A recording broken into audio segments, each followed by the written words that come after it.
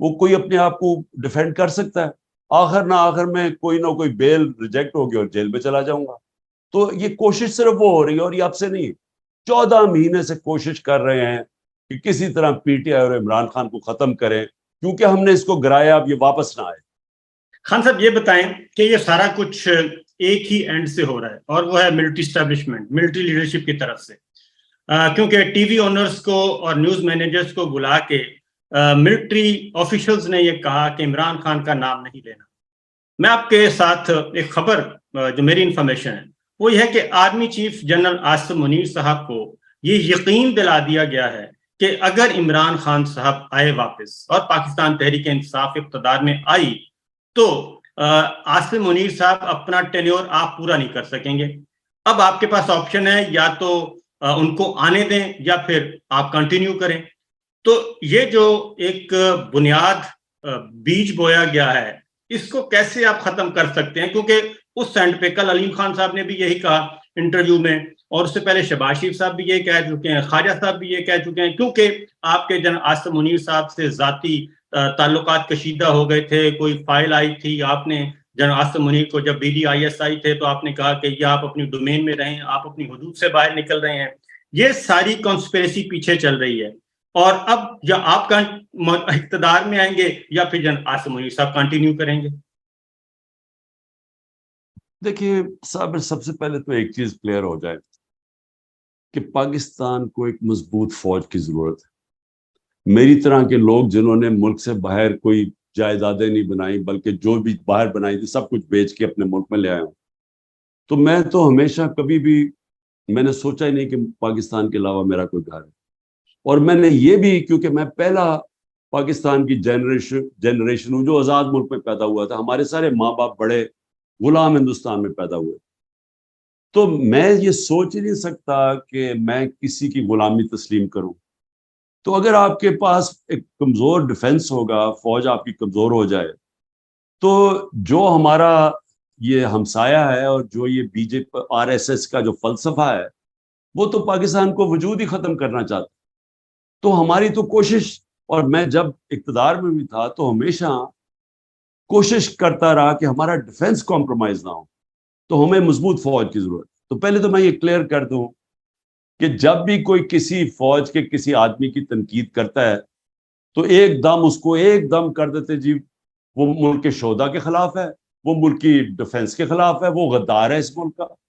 میں آج کہہ رہا ہوں کہ جو آج ان کی کالی بھیڑوں جو بیٹھی ہوئی ہیں اس فوج میں, ان کی تنقید نہیں کرتا, وہ ظلم کر رہا ہے اس ملک کے ساتھ, وہ فوج کے ساتھ ظلم کر رہا ہے. اگر میں شوکت خانم کے اندر مجھے یہ پتا چلے کہ میرے کوئی ڈاکٹرز وہاں بیٹھ کے غلط کام کر رہے ہیں اور میں کہوں کہ نہیں جی, میں اگر ان کو کہوں گا کہ ان کی نشاندہی کروں گا تو میں شوکت خانم کو نقصان پہنچا دوں گا. میں شوکت خانم کو تب نقصان پہنچاؤں گا اگر میں ان کی نشاندہی نہ کروں, ان کا احتساب نہ کروں. یہاں ایک عجیب ماحول بن گیا ہے کہ غداری کے اوپر میرے اوپر کیس کر دیا. بھئی مجھے پتا ہے جس آدمی نے میرے اوپر گولیاں چلوائی ہیں, جو قتل کروانے کی کوشش کی ہے, میرے پاس مجھے بس انویسٹیگیشن شروع کرے اور میں ثابت کروں گا وہ اس کے پیچھے تھا. اور یہ دو علاوہ شہباز شریف اور یہ رانا ثناء اللہ, یہ بھی اس کے ہم ان سب کو پتا تھا پلان کا مجھے قتل کرنے. اب بجائے اس کی انویسٹیگیشن کرنے کی میرے اوپر غداری لگا دی کہ جی آپ اس پر, یعنی کبھی دنیا میں ایسی چیز سنی ہے؟ میں نے اکیلے نہیں اس کا نام لیا, اس نے لیا. ارشد شریف کی والدہ نے, اس کی بیوی نے, اعظم سواتی نے کہا مجھے تشدد کے اندر وہ ہے, شہباز گل نے اس کا بتایا کہ تشدد جب ہوا ہے تو اوپر سے یہ جب سے یہ آیا یہی شروع ہوئی ہے چیزیں. تو بجائے آپ اس کو انویسٹیگیٹ کریں, آپ الٹا ہمارے اوپر ہمارے منہ بند کروانے کے لیے غداری کر دیتے ہیں. یہ ملک سے کا نقصان کیا جا رہا ہے. دوسری چیز, میری جنرل عاصم منیر سے کیا لڑائی؟ ہاں ٹھیک ہے, میں پرائم منسٹر تھا, میں سمجھتا تھا کہ اگر میں نہیں کام کر سکا تو نہیں کر سکا, لیکن یہ میری اور عاصم منیر کی بات نہیں ہے, یہ پاکستان کی بات ہے. اگر عمران خان کو صرف اس لیے باہر رکھا جا رہا ہے کہ جی وہ کیونکہ اس نے ایک دفعہ ریزائن کروایا تھا, اس کے لیے اب آگے بھی اس کو باہر رکھو, اور اس لیے کہ اس نے کوئی ان کو کوئی پوزیشن چلی جائے گی آصف منیر کی.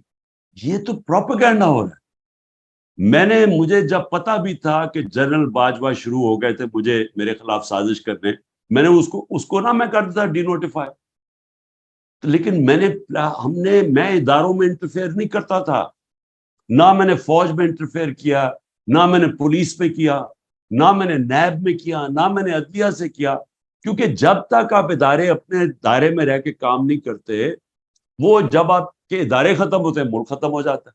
اب آج کیا ہو رہا ہے, سارے ادارے ختم کر دیے, نہ ایف آئی اے کام کر رہی ہے صحیح, نیب سے وکٹمائزیشن, اس سے اینٹی کرپشن سے, پولیس سے, آج عدلیہ اس کے فیصلے نہیں مان. تو سارا ملک کا جو تباہی آج جا رہی ہے, جو لوگ ملک چھوڑ کے جا رہے ہیں, وہ اس لیے کہ ادارے تباہ ہو رہے ہیں تو ملک تباہ ہو جاتا ہے. تو میں یہ واضح کر دوں کہ میری کبھی کوئی اس طرح کی سوچ نہیں تھی, نہ میں, اس لیے تو میں نے کوشش کی کہ میں بات کروں جنرل عاصم سے. کوشش کیوں کی؟ کیونکہ مجھے تو ملک کی فکر پڑی ہوئی ہے اس وقت. اچھا خان صاحب یہ بتائیں کہ فیصلے ہمیشہ جو آپ نے ذکر کیا نا کہ فوج پہ وہ کوئی بھی تنقید کرتے ہیں انڈیویجول پہ, وہ کہتے ہیں فوج پہ تنقید ہو گئی, شہداء پہ تنقید ہو گئی, تو یہ فیصلے کرتے ہیں 3-4 لوگ, اوپر کے 3-4 لوگ. نواز شریف صاحب بھی یہی کہتے ہیں کہ 1+3 کا فیصلہ تھا 99 کا کو کا, اور آپ کے ساتھ بھی یہی ہوا. پھر پاناما جب ہوا تب بھی نواز شریف صاحب نے یہی کہا. تو اوپر کے جو 3-4 لوگ فیصلہ کرتے ہیں اور نیچے کسی کو پتہ بھی نہیں ہوتا. اب باجوہ صاحب نے آپ کو ہٹانے کا جو فیصلہ کیا وہ ڈرائنگ روم میں بیٹھ کے کیا, اس کی کنٹینیوٹی ابھی تک چل رہی ہے, بلکہ ورسٹ کنڈیشن آ گئی ہے. ہونا تو یہ چاہیے تھا کہ نومبر 29 باجوہ صاحب جب چلے گئے تھے تو نئے آرمی چیف آتے اور سچویشن کو سنبھالتے, بلکہ اس سے بھی زیادہ جو ہے ورسٹ کنڈیشن ہو گئی ہے انسانی حقوق کے حوالے سے, پولیٹیکل وکٹمائزیشن کے حوالے سے. اس کی کیا وجہ سمجھتے ہیں کہ یہ کنٹینیوٹی کیوں ہے آپ کے سلسلے میں؟ دیکھیں جنرل, میں بھی یہ سوچ رہا تھا کہ جب جنرل باجوہ جائیں گے, کیونکہ جنرل باجوہ نے تو ہٹایا تھا, تو وہ تو ڈرا ہوا تھا کہ میں واپس آ گیا تو جنرل باجوہ کے اوپر شاید میں کارروائی نہ کر دوں, تو وہ تو سمجھ آ رہی تھی اس کے ڈرنے کی. تو اس نے بڑا نقصان پہنچایا جنرل باجوہ نے اپنے آپ کو اور ساری اپنی ذات کے لیے. ایکسٹینشن اس نے ہٹایا ابھی شہباز شریف کے ساتھ مل کے اپنی ایکسٹینشن کے لیے, اور یہ بھی جو اس نے کیا, جب پتہ چل گیا کہ پبلک کھڑی ہو گئی ہے, پبلک نہیں چوروں کو تسلیم کر رہی, بڑے بڑے جلسے ہو رہے ہیں, بائی الیکشن ہم جیت رہے ہیں, تو اس نے پھر بجائے ریورس کرنے کے اپنی ذات کی خاطر اس نے ملک کو نقصان پہنچانا شروع کر دیا. وہی لے کے آیا فیصل نصیر کو. اب جب سے فیصل نصیر آیا اس نے شروع کر دیا یہ جیسے کہ ہم کوئی دہشت گرد ہیں, یا ہم کوئی کاؤنٹر ٹیررزم کا وہ ایکسپرٹ تھا جس طرح ہم دہشت, تو اس نے بڑا نقصان پہنچایا. جو اپنے ادارے کو نقصان پہنچے وہ کسی دشمن نے نہیں پہنچایا, وہ کوئی پی ٹی آئی نے نہیں پہنچایا, وہ جنرل باجوہ نے پہنچایا ان چوروں کو لا کے. اور وہ لوگوں کو پہلے یہی اسٹیبلشمنٹ ثابت کر رہی کہ چور ہیں, ان کو لا کے اوپر بٹھا دیا, تو اس کا ریئیکشن آیا. اور اس کے بعد جو فیصل نصیر کی حرکتیں ہوئی, جو سوشل میڈیا کے لوگوں کو, یہ جو جرنلسٹ کو, جو شہباز گل کو پہلے ٹارچر, پھر اس کے بعد اعظم سواتی سے جو کیا, تو اس کے بعد یہ جو کہ جی ہم ان کو سیدھا کر دیں گے. اب وہ جو نقصان پہنچایا, میں امید رکھ رہا تھا کہ جنرل عاصم منیر آ کے چینج کریں گے پالیسی, ہم سب سمجھ رہے ہیں, لیکن میرے خیال میں ان کا بہت بڑا انفلوئنس ہے نیچے سے, ان کے کئی لوگ ان کو انفلوئنس کرتے ہیں. اور مجھے افسوس سے کہنا پڑتا ہے کہ پاکستان تو آج ایک تباہی کے کنارے پہ کھڑا کر کے رکھ دی, کیونکہ ابھی تو امید ہی نہیں نظر آ رہی. اب تو یہ ہے کہ الیکشن آئیں گے تو یہ سارا جو پلان بن رہا ہے وہ تو یہی بن رہا ہے نا کہ تحریک انصاف کو ختم کر کے ان کو انہی کی بندر بانٹ کروا دو ملک کی, جنہوں نے 30 سال سے ملک کا بیڑا گرک کر رہے ہیں, جن کے ہوتے ہوئے بنگلہ دیش بھی آگے نکل گیا اور ہندوستان بھی آگے نکل گیا 90 کی دہائی میں. نہیں تو پاکستان تو 80 کی دہائی تک سب سے آگے تھا, تو ان کے ہوتے ہوئے تو تباہی ہوئی ہے. تو اب ایک اور چیز میں ذاتی طور پہ بھی میرے علم میں ہے, اگر آپ چاہیں تو شیئر کریں. جنرل عاصم منیر کے آرمی چیف بننے سے پہلے جب تنازع ہو گیا کہ پتہ نہیں آپ اس کو اپوز کریں گے, آپ کے ساتھ بھی کامن فرینڈز نے رابطہ کیا کہ عاصم منیر صاحب اگر آرمی چیف بنتے ہیں تو آپ اپوز نہیں کریں گے, تو آپ نے بھی اس کو ویلکم کیا. اور کامن فرینڈز نے آپ کو بھی قائل کیا اور کچھ کو میں جانتا ہوں. تو جیسے ہی یہ کام ہو گیا اس کے بعد وہ کامن فرینڈز کہیں غائب ہو گئے یا کدھر چلے گئے؟ کیونکہ آپ نے ویلکم کیا آرمی چیف کو. دیکھیں جی، میں تو کسی کو جانتا ہی نہیں تھا. میں تو جب یہ پہلے تو چیز پرائم منسٹر بناتا ہے آرمی چیف کو تو کانسٹیٹیوشنلی تو اس کا رائٹ تھا. دوسری چیز کہ میں تو کسی کو نہیں جانتا تھا. میں نے تو بار بار سٹیٹمنٹس دیے کہ جو بھی میرٹ کے اوپر آتا ہے ہم اس کو ہم مانیں گے, ہم کوئی انٹرفیئر نہیں کریں گے. میں نے تو پہلے آرمی چیف بننے سے پہلے میری سٹیٹمنٹ ساری سن رہے ہیں. اور جب عاصم منیر آئے تو میں نے ان کو میسج پہنچائی. میں نے کہا دیکھو مجھے یہ پتا چلا ہے کہ لنڈن پلان بنا ہوا ہے اور نواز شریف نے آپ سے یہ گارنٹی لیا ہے کہ آپ نے پی ٹی آئی کو ختم کرنا ہے اور مجھے. تو میں نے کہا مجھے یہ میسج ملی ہے, یہ ان کے بننے سے پہلے میں نے وہی جو کامن فرینڈ کی بات کر رہا ہوں اسے میسج پہنچائی. اس نے آگے سے کہا, انہوں نے کہا بالکل فکر نہ کرو, کوئی ایسی چیز نہیں ہو. بہرحال ہم نے تو ویسے بھی روکنا نہیں تھا. تو ڈاکٹر ابری مجھے یہاں ملنے آئے اور ہم نے فیصلہ کیا, ہم نے کہا ٹھیک ہے ہم اپوز نہیں کریں گے. لیکن مجھے افسوس سے کہنا پڑتا ہے کہ جو اس کے بعد ہوا وہ چھوڑیں کہ عمران خان سے کیا ہوا, میرے گھر پہ یہ جو اٹیک ہوئے اور یہ جو سب کچھ, مجھے دوسری طرف میرے اوپر قتل کا کوشش کی گئی, ایک اور پھر کوشش پلان بنا ہوا تھا, وہ چھوڑے. میں ملک کی بات کر رہا ہوں کہ آج صرف ملک دیکھنے کدھر کھڑا ہے. مجھے صرف یہ بتا دیں کہ یہ ہو سکتا ہے کہ ایک ملک جو 6% کے اوپر 6.1% کے اوپر گرو کر رہا ہو, ورلڈ بینک تعریف کر رہا ہو, وہ IMF تعریف کر رہا ہو کہ پاکستان میں سسٹینیبل گروتھ ہو رہی ہے, معاشی طور پہ آگے جا رہا ہو, اور ایک دم 1 سال کے اندر آج ملک گھٹنوں پہ ہے, بے روزگاری بڑھ گئی ہے. انہوں نے $3 ارب لیا ہے IMF سے اور بڑا خوش ہو رہے ہیں. تو $7 ارب کی ڈالروں کی کمی ہو چکی ہے 1 سال میں. یعنی جو ہم ایکسپورٹس پہ جو نقصان کم, ایکسپورٹس کم ہوئی ہیں اور جو ریمیٹنسز کم ہوئی ہیں, وہ $7 ارب کم ہوا ہے ہمارے دور سے. تو $7 ارب کم ہو کے $3 ارب کا قرضہ لے لیا. یعنی آپ کی دولت سکڑتی جا رہی ہے, آپ کی آمدنی سکڑتی جا رہی ہے اور قرضے بڑھتے جا رہے ہیں اور خوشیاں بنا رہے ہیں سارے. تو یہ جو ملک کا حال کیا ہے, کوئی تو اس کا ذمہ دار ہوگا, اور میڈیا کو کنٹرول کر لیا. وہی میڈیا جو شور مچایا کرتا تھا کہ جتنی مہنگائی ہوگی, آج 38% مہنگائی ہے پاکستان میں, ہماری 12%, 12.2 یا 3 پہ. سارا میڈیا شور مچایا ہوا تھا کہ تباہ ہو گیا ملک. آج چپ کر کے میڈیا بیٹھا کنٹرول میں آ گیا. آج کوئی بات نہیں کر رہا کہ بے روزگاری کتنی ہے, آج کوئی نہیں بات کر رہا کہ عام آدمی, تنخواہ دار آدمی کا کیا حالات ہے, بجلی کے بل کدھر چلے گئے ہیں, لوڈ شیڈنگ کتنی ہو گئی ہے. یہ سارا میڈیا چپ کر کے بیٹھا ہوا ہے. اچھا خان صاحب یہ بتائیں کہ میڈیا تو خاموش ہے, وہ تو بہت بڑے بڑے نامور لوگ جو ہیں وہ بھی خاموش ہو گئے ہیں. اگر آپ کے ساتھ پلان یہ ہے, جو ہمارے پاس انفارمیشن ہے, کہ جیسے ہی جسٹس قاضی فائز صاحب آئیں گے, وہ چیف جسٹس آف پاکستان بن جائیں گے, اس کے بعد الیکشن کی ڈیٹ اناؤنس ہو اور الیکشن شیڈول بھی ان کے آنے کے بعد آئے, تاکہ نواز شریف صاحب کی سزائیں, بقول ان کے, یہ PMLN کی ہے, کہ نواز شریف صاحب کی سزائیں ختم ہو جائیں گی, ان کی سزائیں ختم ہو کے وہ کوالیفائی کر لیں گے اور آپ کو ڈسکوالیفائی کر دیا جائے گا.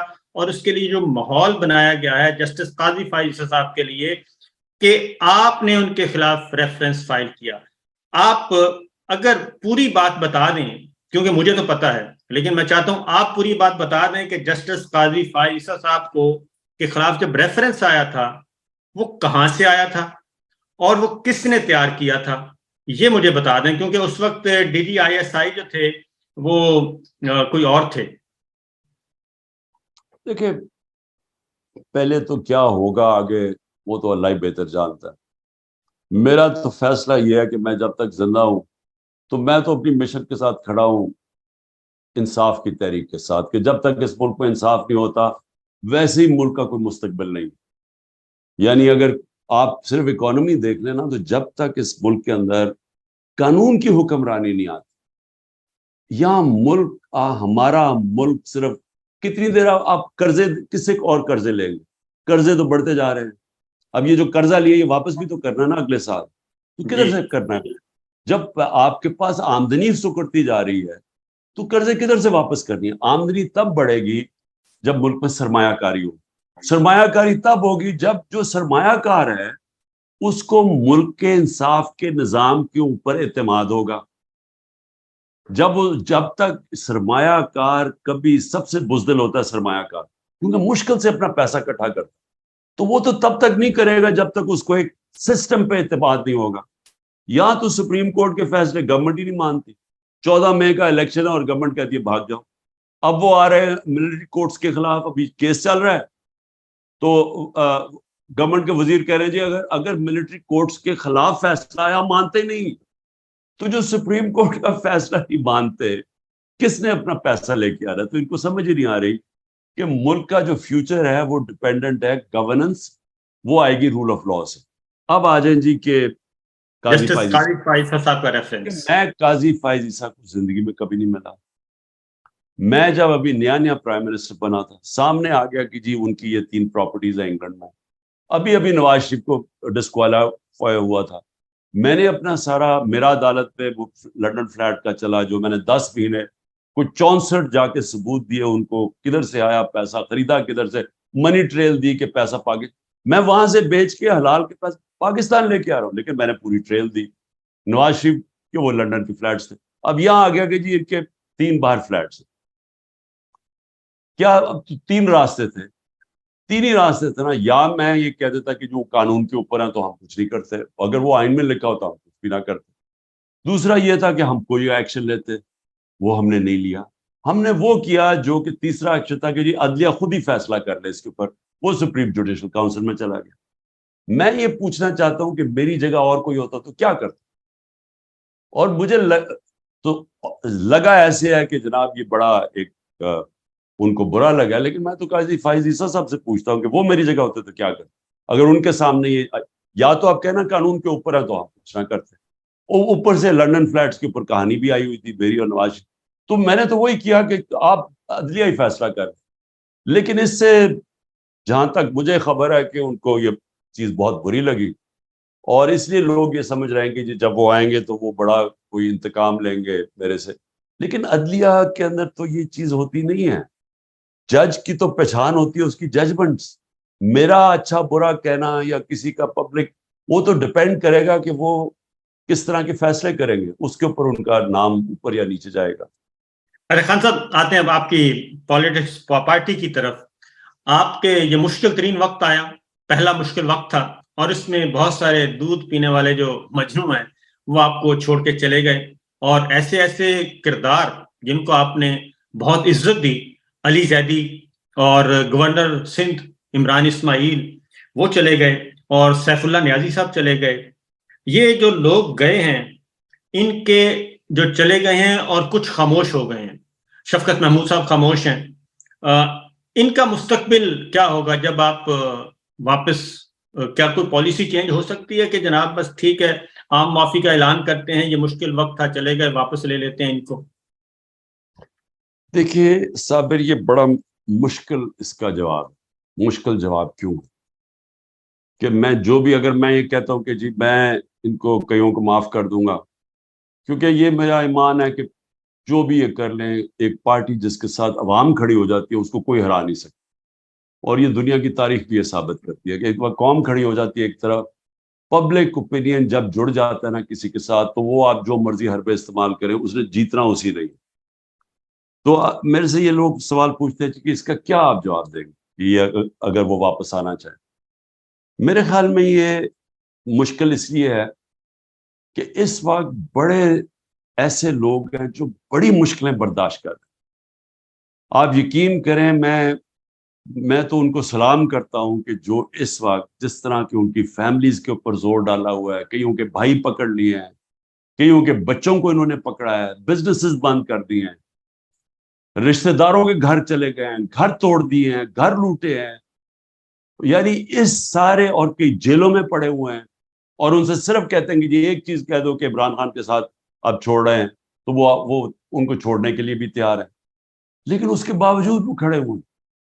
تو میں اس وقت مسئلہ یہ ہے کہ میں کس طرح وہ جو لوگ اس وقت سارا پریشر برداشت کر رہے ہیں میں ان کو کیسے فیس کروں گا اگر میں وہ لوگ جنہوں نے پریشر کے باوجود ہی پارٹی چھوڑ گئے لیکن کئیوں کو مجھے پتا بڑا پریشر پڑا، مثلا شیرین مزاری ہے، مجھے پتا ہے کہ اس کی برداشت سے اوپر چلا گیا، جی ہاں، جو اس نے وہ کرنا چاہتی تھی، جو انہوں نے اس سے کیا ہے، جو اس کی صحت کا حال تھا شیرین جی کی، ہاں، پھر اس کی بیٹی تھی، میرے خیال میں اس نے وہ اس لیول پہ لے گئے کہ وہ برداشت نہیں کر سکتی. لیکن وہ دیکھیں اس نے کسی پارٹی میں نہیں گئی، اس نے جی کوئی اسٹیٹمنٹ نہیں دی. تو ایسے بھی لوگ ہیں، تو ان کے لیے ہم اور طرح جب انشاءاللہ جب وقت اچھا آئے گا. لیکن اور یہ آسان نہیں ہے، اس کا یعنی فیصلہ کرنا آسان نہیں ہے. دوسری جانب علی محمد خان ہیں، شہریار افریدی ہیں، میاں محمود رشید ہیں، چودھری پرویز الہی صاحب ہیں، یاسمین راشد ہیں، عالیہ حمزہ ہیں، عمر سرفراز چیمہ ہیں، اعجاز چودھری ہیں، عامر ڈوگر ہیں، فردوس شمیم نقوی ہیں. یہ بھی تو خان صاحب فیس کر رہے ہیں نا، جبکہ یہ جو جتنے بھی میں نے دودھ پینے والے مجنو ہیں وہ بالکل آرام سے چلے گئے، یہ سب لوگ فیس کر رہے ہیں. تو ان کے بارے میں آپ کیا کہیں گے؟ خاص طور پہ میں چودھری پرویز الہی صاحب کے بارے میں آپ سے بات ضرور کروں گا. جی، میں سب سے زیادہ تو حیران ہوں چودھری پرویز الہی پہ، کیونکہ اس عمر پہ، اور مجھے جو پتا ہے کہ انہوں نے جان کے جیل میں ان کے لیے بڑی سخت کنڈیشنز رکھی ہوئی ہیں، وہ سب کچھ برداشت کرنا، تو میں تو سلام کرتا. میں نہیں سمجھتا تھا کہ وہ اس طرح کا جو سختی ہے وہ کر سکیں گے. اور پھر جب سارے آپ نے نام لیے، دیکھیں آج شہریار افریدی سے جو کیا، اس کی بیوی کو پکڑ لیا، پھر ایک دوسری جگہ بیوی پکڑنے، اس کو بچوں کے ساتھ پکڑنے کی کوشش کی. تو علی محمد جس طرح اس کے اوپر پریشر، اور پھر یہ میاں محمود رشید، اعجاز چودھری، عمر چیمہ، بیوی پکڑ لی اس کی، بیوی گئی عدالت میں، اس کو پکڑے جیل میں. یعنی یہ پہلے تو یہ ہماری ساری روایتوں کے خلاف. اسلام میں جب نبی صلی اللہ علیہ وسلم جنگ پہ جاتے تھے تو یہ تو اپنے ہیں نا، وہ دشمنوں کو کہتے تھے کہ آپ نے ان کی عورتیں، بچے اور بوڑھوں کو کچھ نہیں کہنا، یعنی حکم ہوتا تھا فوج کو.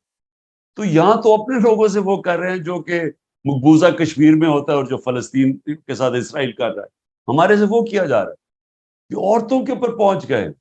تو یہ ساروں کی بڑی اسپیشل جگہ ہوگی، اور انشاءاللہ پارٹی میں بھی ان کی بڑی اسپیشل جگہ ہوگی انشاءاللہ آگے.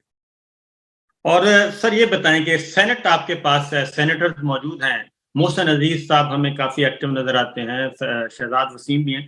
میں نے خود لوگوں کو کہا ہوا کہ دیکھیں کئی لوگ جو جن سے مثلا مراد سعید ہے، جس طرح اعظم سواتی ہے، یعنی وہ لوگ جن کو قاسم سوری ہے ہمارا بلوچستان، قاسم سوری کے بھائی کو پکڑ کے لے گئے ہیں، بزنسز بند کر دیے اس بیچارے کی ساری. ایک بھائی کو لے گئے، دوسرا بھائی بھاگا ہوا ہے. تو یعنی وہ تین ہی بھائی تھے، اکٹھے رہتے تھے، تو ان کی والدہ اب اکیلی ہیں، یعنی ان کی جو بیوی ہیں. تو ان ساروں کے اوپر انہوں نے یہ اس طرح کا تشدد کیا ہوا اور زور لگا رہے ہیں. تو میں پھر سے یہ کہوں گا کہ میں تو ان کو خاص یہ جگہ میرے دل میں بھی ہوگی اور پارٹی میں بھی، انشاءاللہ ہم کبھی ان کو نہیں بھولیں گے.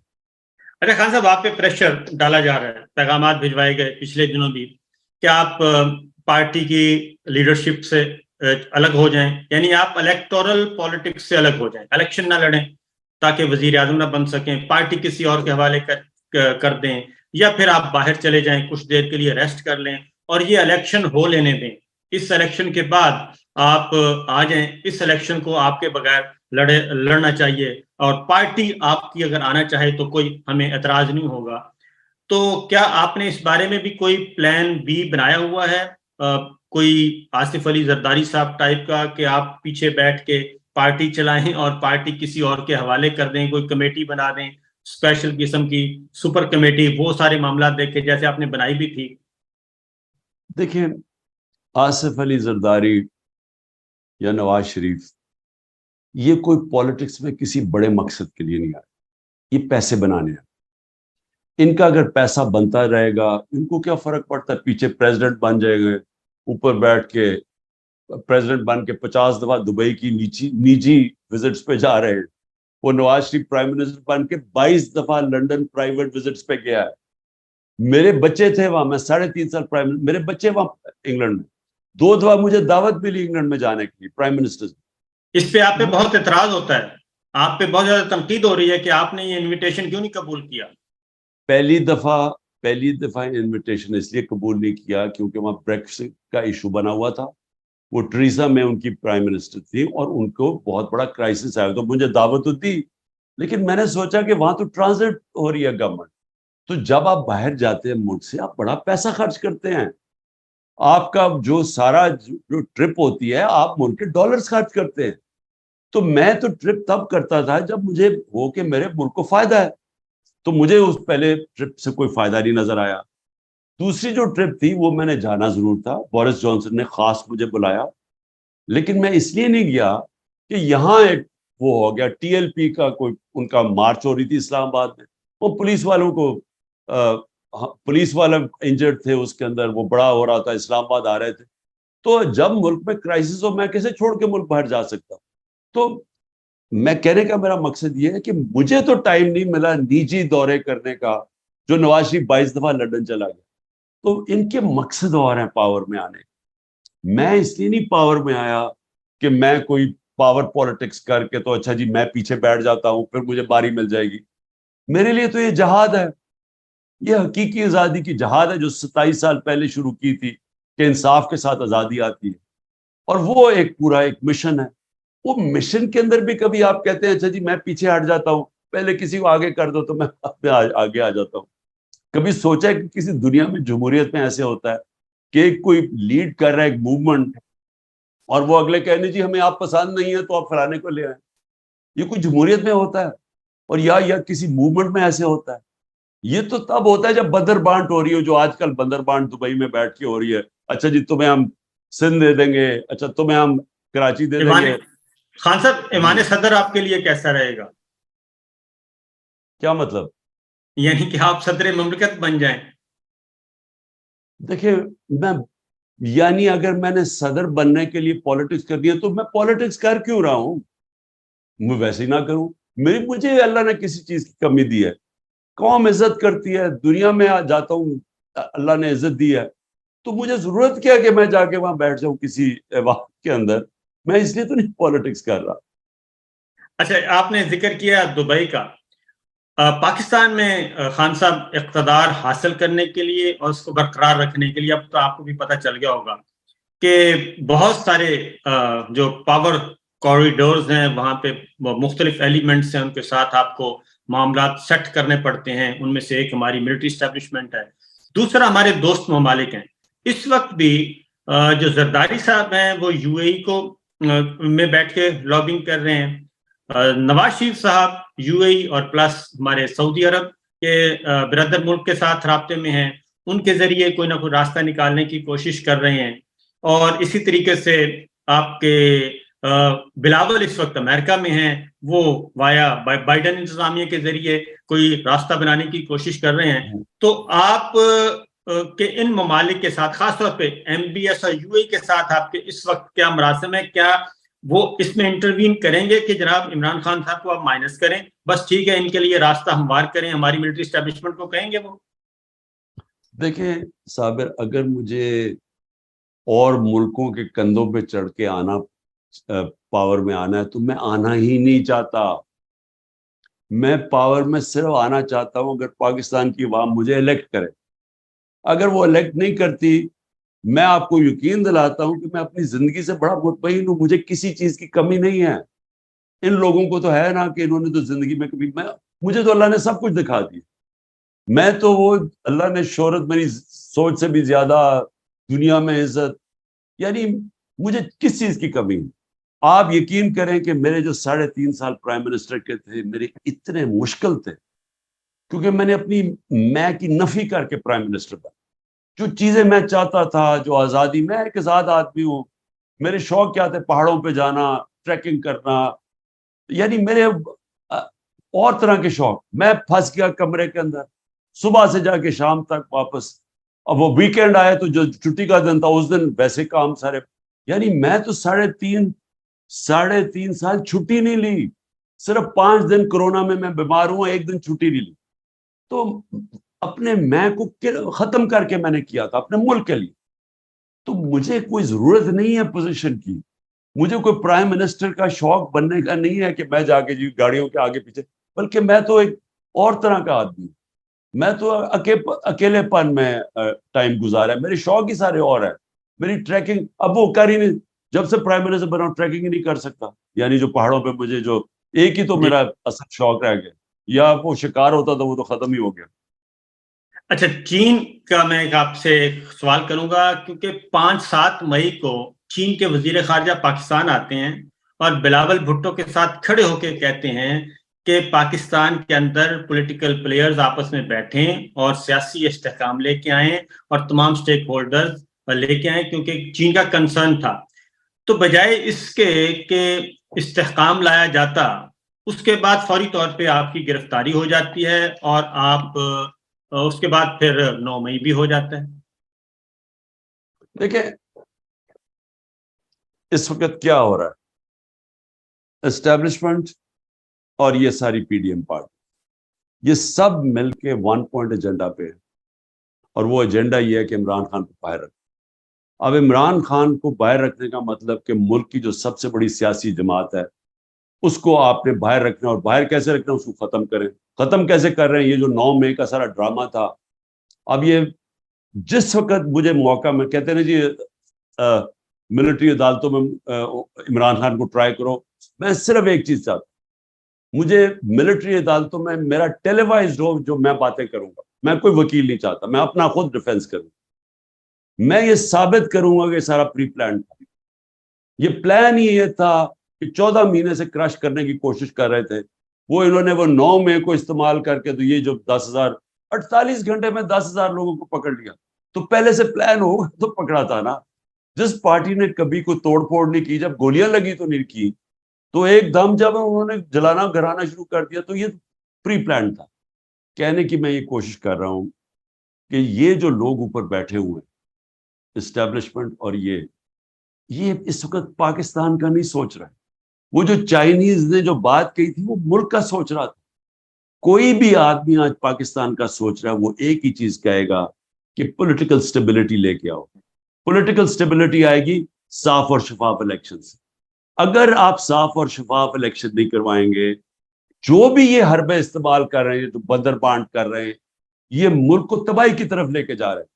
دیکھیں ملک کو چاہیے بڑی سخت ریفارمز. کوئی بھی ریفارم نہیں کر سکتا جب تک پبلک اس کے ساتھ نہ کھڑی ہو. جب آپ ایک پبلک مینڈیٹ لے کے آئیں گے پھر ہی آپ ریفارمز کر سکتے ہیں.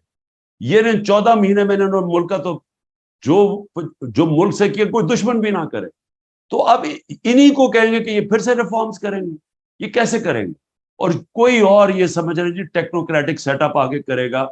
آج تک کسی ٹیکنوکریٹک سیٹ اپ نے آگے کوئی ملک ٹھیک کیا؟ ملک ٹھیک مہاتر نے کیا، ملیشیا مہاتر نے بدلا. اس کے بعد جو سنگاپور تھا وہ لی کوان یو نے، ایک پرائم منسٹر نے پبلک مینڈیٹ سے بدلا. جو بھی ملک بدلے جاتے ہیں وہ پبلک کی پاور ہوتی ہے، پھر پبلک ساتھ ہوتی ہے اصلاحات کے لیے، اور پھر ایک قوم بنتی ہے. یہ تو الٹا جا رہے ہیں. یہ تو ان لوگوں کے اوپر بٹھا رہے ہیں جن لوگوں نے ملک کو یہاں پہنچایا کہ بنگلہ دیش بھی آگے نکل گیا، اب وہ ملک ٹھیک کریں گے. شہید ارشد شریف اور عمران ریاض یہ بھی صرف اس وجہ سے زیر عتاب ہیں، اور باقی بھی جرنلسٹ ڈاکٹر معید ہیں، شاہین سے بھائی ہیں، وجاد سعید خان ہیں، میں خود ہوں. تو یہ خان صاحب اس پہ آپ کیا کہیں گے کہ میڈیا سارا کے سارا میڈیا آرام سے قبول کر لیا؟ انہوں نے 1-2 آفیسرز نے بلایا، ان کو کہا شٹ اپ، آج کے بعد اس سے آگے نہیں بڑھنا اور عمران خان کا نام نہیں لینا، اور انہوں نے کہا ٹھیک ہے. دیکھیں صاحب، یہ اور آخری میرا سوال، کیونکہ میرے لوگ انتظار کر رہے ہیں، سنو میری بات. دیکھو بدقسمتی سے میڈیا اونرز کے بزنس انٹرسٹ ہے، اور وہ بزنس انٹرسٹ اور میڈیا کو ساتھ ساتھ چلاتے ہیں. اب میں ایک نے پوری ایک چینل خرید لی ہے، اور اس کے پاس وہ جو اس کی بزنس ہے وہ 2 نمبر بزنس ہے، تو وہ چینل کو استعمال کرتے ہیں بلیک میل کرنے کے لیے. تو یہ یاد رکھیں کہ یہ جو سارا مجھے درس دیتے تھے آزادی رائے کے، اور ہم حالانکہ وہ کوشش کر رہے تھے کہ ریسپانسبل جرنلزم ہو، فیک نیوز کے اگینسٹ. میرے اگینسٹ ہر قسم کی نیوز، فیک نیوز نکلاتی تھی. منسٹرز کے اگینسٹ نکلاتی تھی جو مغرب میں ہیں کہ آپ کی ذمہ داری بھی, آپ اگر کسی کو اس کی ریپوٹیشن کو نقصان پہنچائیں گے, کسی کو ذلیل کریں گے, تو اس کے پاس ہونا چاہیے رائٹ کہ اپنے آپ کو ڈیفینڈ کرے, اور لائبل لاز ہیں. لیکن ہمارے اگینسٹ پوری کیمپین چلی کہ ہم نے پتہ نہیں کیا کیا کیا اور میڈیا کا بند کرنے کی کوشش کی. اب کیا ہوا, انہوں نے سیدھی طرح حکم کیا ہے میڈیا اونرز کو کہ تم اگر یہ لائن پہ نہیں چلو گے ہم تمہیں یہ کر دیں. اور ان میں سے کئی میڈیا اونرز نے بڑی کوشش کی اپنی آزادی رائے رکھنے کی, میں داد دیتا ہوں ان کو, لیکن کئی پہلے میں سلام کر کے تو جناب سیدھا جا کے وہ شروع ہو گیا, اور کئی پہلے ہی ان کے ساتھ تھے. تو ہوا کیا, دیکھو خطرناک چیز اب کیا ہے صاحب, آپ ایک معاشرے کے اندر سے جب تنقید ختم کر دیتے ہیں, جب ایک معاشرے کے اوپر آپ انفارمیشن کے اوپر آزادی رائے پہ کنٹرول کر لیتے ہیں, جب آپ ڈنڈے کے زور سے اپوزیشن کو بھی دبا دیتے ہیں, تو یہ یاد رکھیں کہ آپ اپنے ملک کی موت کی سائن کر رہے ہیں, یعنی آپ اپنے معاشرے کی تباہی کے اوپر سائن کر رہے ہیں. اور اگر آپ نے تاریخ دیکھنی ہے تو صرف زیادہ دور نہ جائیں, ایسٹ اور west Germany second world war کے بعد علیحدہ ہو گئے, ایک میں یہی حرکتیں جو آج ہو رہی ہیں پاکستان میں ایسٹ جرمنی میں شروع ہو گئی, ویسٹ جرمنی آزاد ہو گیا, آزادی رائٹ ڈیموکریسی آ گئی. 50 سال کے بعد ویسٹ جرمنی اوپر چلا گیا, ایسٹ جرمنی نیچے چلا گیا. ایسٹ اور ویسٹ یورپ وہی یورپینز تھے, آدھوں کے اندر آزادی آ گئی, جمہوریت اور تنقید آ گئی, پارلیمنٹ آ گئی, آزادی رائے آ گئی, آزاد میڈیا آ گیا, اور دوسری طرف انہوں نے بند کر دیا جو آج پاکستان میں ہے. ویسٹ جرمنی ویسٹ یورپ اوپر چلا گیا, ایسٹ یورپ نیچے چلا گیا. ساؤتھ اور نارتھ کوریا کے اندر یہ حرکتیں جو آج پاکستان میں ہیں, ساؤتھ کوریا کے اندر انہوں نے ڈیموکریسی, ساؤتھ کوریا اوپر چلا گیا, نارتھ پیچھے رہ گیا, آج بھوکے مر رہے ہیں لوگ. اور وہی لوگ ہیں. کہنے کا میرا مقصد یہ دنیا کا ایکسپیرئنس ہے کہ ہمارے نبی صلی اللہ علیہ وسلم نے لوگوں کو آزاد کیا تھا مدینہ کی ریاست میں. فرعون کا جب کہا جاتا ہے قرآن کے اندر تو اس نے لوگوں کو غلام بنایا تھا. انہوں نے آزاد کر کے دنیا کا سب سے عظیم سویلائزیشن بنایا. دنیا کے مسلمانوں نے امامت کی, مدینہ میں انہوں نے انسانوں کو آزاد کیا, انصاف دے کے, حقوق دے کے, انہوں نے اندرونی طور پہ آزاد کیا لا الہ الا اللہ سے. وہ لوگ دنیا کی امامت کی, اقبال کے شاہین بن گئے. اور وہی جو فرعون کا قرآن میں جب دیتے ہیں ذکر, وہ غلام بناتا تھا. لا الہ الا اللہ انسانوں کی غلامی سے آزاد کرتا ہے, اور آزاد انسان ہی اوپر جاتے ہیں. تو یہ تو ہمیں اندھیروں کی طرف لے کے جا رہے ہیں, یہ تو تباہی کی طرف لے کے جا رہے ہیں کہ لوگوں کے منہ بند کر کے ڈنڈے مار کے یہ ویگو ڈالے آ رہے ہیں اور لوگوں کو اٹھا کے لے کے جا رہے ہیں جو اختلاف کرے. اور یہ یا تو ملک بڑا ترقی کر رہا ہو, اوپر سے ملک بھی نیچے جا رہا ہے. یعنی ہماری ملک کی لوگ چھوڑ کے جا رہے ہیں, امیدیں ختم کر دی ہیں انہوں نے. جو یہ آپ کے 9-10 لاکھ پروفیشنل چھوڑ کے گئے ہیں, کوئی اندازہ لگا سکتا ہے کہ ان کا کتنا پاکستان کو نقصان ہے. اور جو پروفیشنلی نہیں جا رہے وہ اپنے ڈالرز بھی باہر لے کے جا رہے ہیں, پیسے چینج کرتے ہیں اور ڈالر باہر. تو ملک کا کیا بنے گا؟ میں تو سب سے یہ بات, جب میں نے, اب تو میں بات ہی نہیں کرتا, پہلے میں کہہ رہا تھا, کوشش کی کہ جی اسٹیبلشمنٹ سے بات چیت کریں. وہ ایسے سمجھے کہ جی شاید عمران خان بڑا کوئی گھبرا گیا یہ سارے کریک ڈاؤن سے یا جیل سے. میں تو اپنے ملک کا سوچ رہا ہوں کہ یہ جو آپ نے راستہ پکڑا ہوا ہے, یہ تو ملک کو آپ تباہی کی طرف لے کے جا رہے ہیں. یہ تو امید ہی ختم کر دی ہے ملک. تو اور آگے آپ کے پاس راستہ بھی کوئی نہیں ہے, روڈ میپ بھی کوئی نہیں ہے. آخری سوال خان صاحب, آخری سوال. آپ دوبارہ برسر اقتدار آتے ہیں, پہلا جو ٹینیور ہے, کیا وہ غلطیاں آپ دوبارہ ریپیٹ کریں گے؟ فار ایگزامپل, آرمی چیف جناب باجوہ صاحب تھے, ان کو آپ کے پرنسپل سیکرٹری پسند نہیں تھے, ان کو آپ کے وزیر اعلیٰ پنجاب پسند نہیں تھے, ان کو آپ کے وزیر اعلیٰ خیبر پختونخوا پسند نہیں تھے, ان کو آپ کے وزیر خزانہ پسند نہیں تھے, ان کو آپ کے وزیر داخلہ پسند نہیں تھے. تو یہ سارا کچھ ہو رہا تھا, تو کیا آپ ایک تو یہ بتائیں لوگوں کو کہ آپ کے ساتھ کیا کچھ ہو رہا تھا, کہ آپ کس حد تک آزاد تھے اس وقت, پھر آپ کے ساتھ جو یہ چھوٹی جماعتیں ساتھ لگا دی گئیں, تو آنے والا وقت کیا آپ کمپرومائز کر کے آئیں گے, اور دوبارہ سے وہی غلطیاں دہرائیں گے، یا پھر انڈیپینڈنٹلی آپ ہائیبریڈ رجیم نہیں بلکہ ایکچوئل جو ڈیموکریسی ہے وہ لے کے آئیں گے؟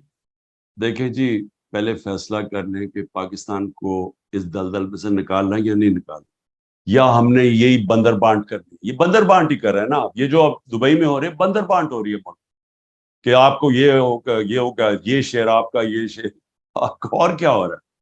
بندر بانٹ کرنا. ملک کا کوئی مستقبل نہیں.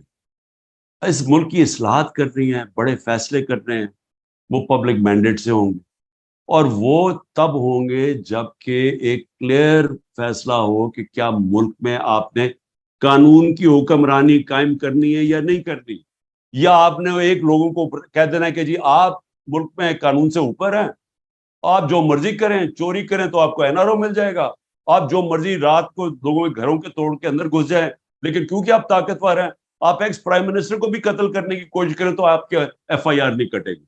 اگر تو یہ ملک چلانا ہے، آج میرے سے صابر سن لو، ملک کا کوئی مستقبل نہیں رہا.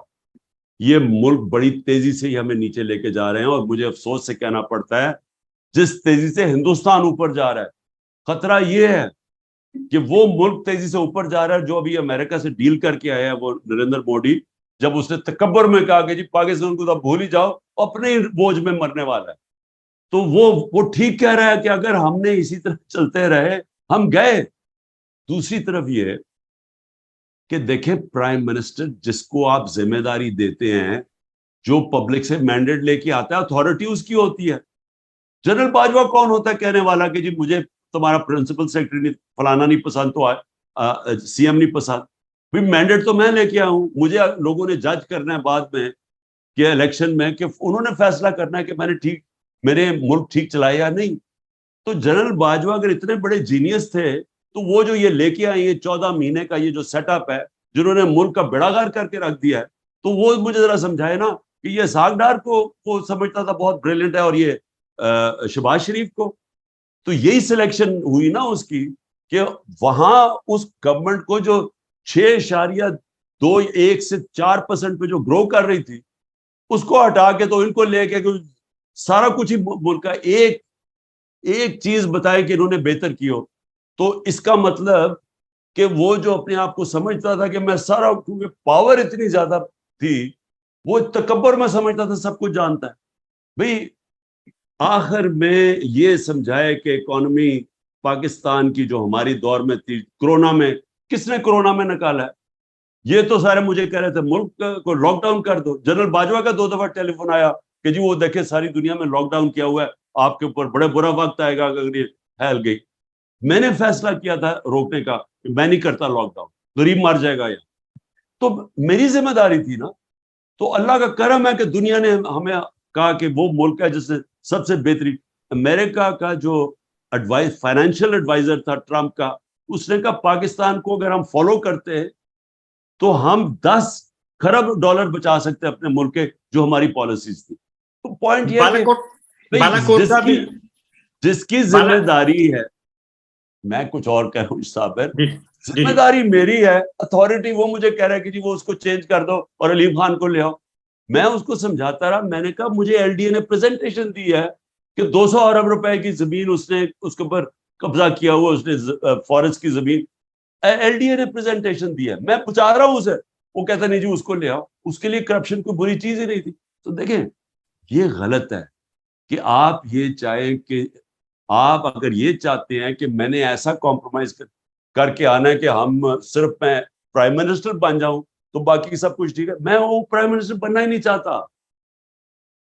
اور لاسٹلی ٹائم ختم ہو رہا ہے کہ فارن پالیسی پہ بھی خان صاحب یہی ایشو ہے، فارن پالیسی بھی پرائم منسٹر نہیں ڈیل کرتے.